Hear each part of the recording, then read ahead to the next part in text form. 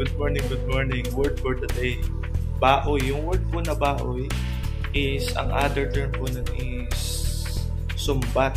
Opo. Yun po yun. Yun po ang other term nun kasi may mga nagtatanong po sa atin.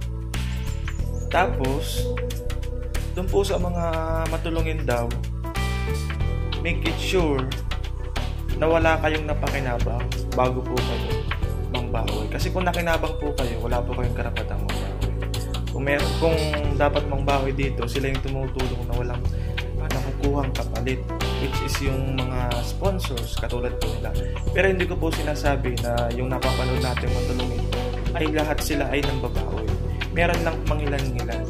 So yun lamang po yung ating gustong ibig sabihin dito, na yung word na baoy ay sumbat. So kung gusto nyo po ba yung sumbat na yun, kung gusto nyo marinig yung sumbat na yun, doon kayo manood, or doon sa mga aspiring na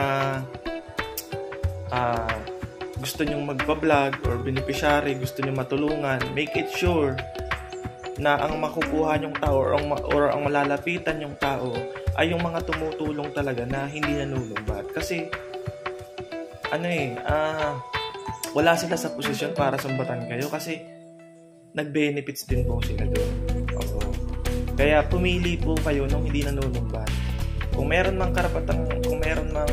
dito na merong karapatang manumbat, yung mga sponsors po yun. Opo. Sila po yung wala nakukuhang kapalit, tumutulong na walang kapalit. Ano napapala nila? Shout out! Bye-bye!